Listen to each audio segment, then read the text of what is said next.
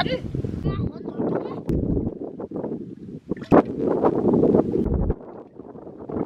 Thấy thông thông, thấy thông thông. Chị vô sân. Đi, chị. Thông thông. Có hàng sân.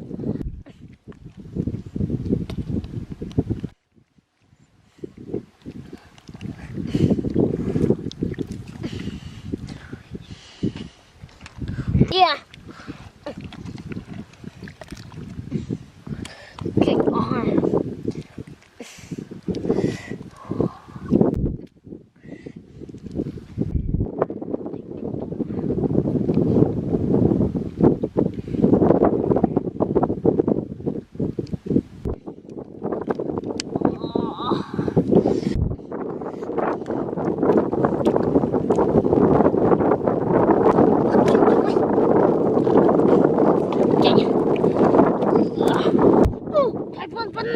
Nói à, trời mẹ quay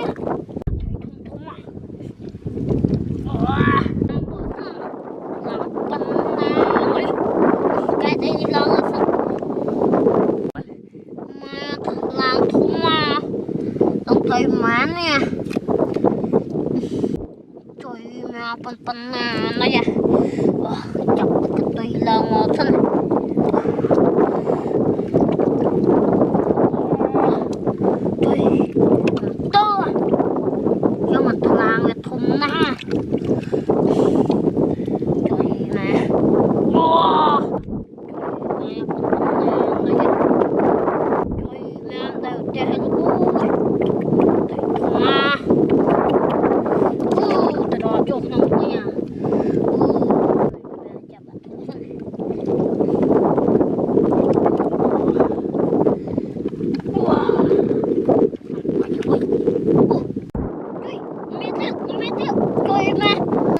Thôm dùng một nó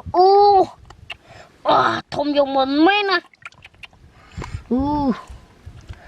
đấy chẳng mình làm cái thôm nè ha rồi mẹ tao té ha thôm dùng một tiết rồi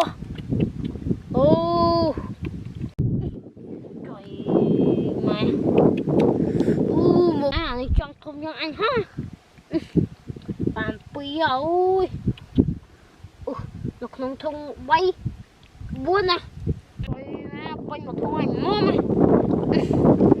trời mẹ không mà trời mẹ nhau chân này được này mẹ bạn đi món này trời mẹ lục tiêu xa của nó men mùi tiết này